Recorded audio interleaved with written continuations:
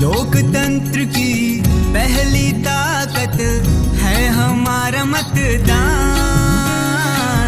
जिम्मेदार यहाँ हर नागरिक की यही तो है पहचान।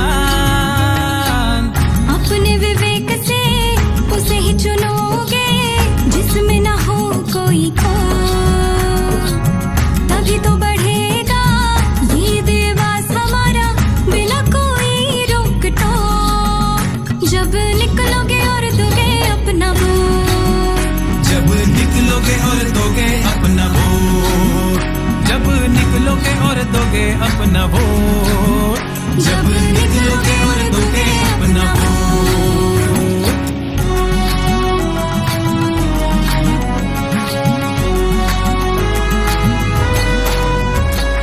महिला पुरुष वृद्ध युवा सबका ये कर्तव्य है, आपका मतदाता होना आपका अधिकार है।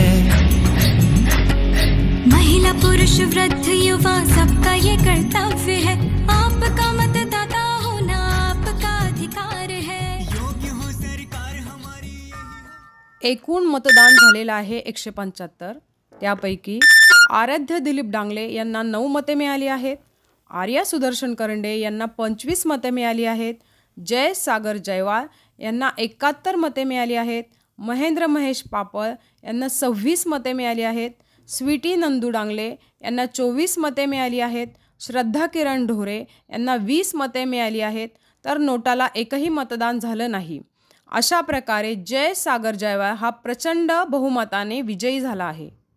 संकल्प बोल के हम तो निकल पड़े, हर द्वार खोल के गगन कहे विजयी भव, विजयी भव।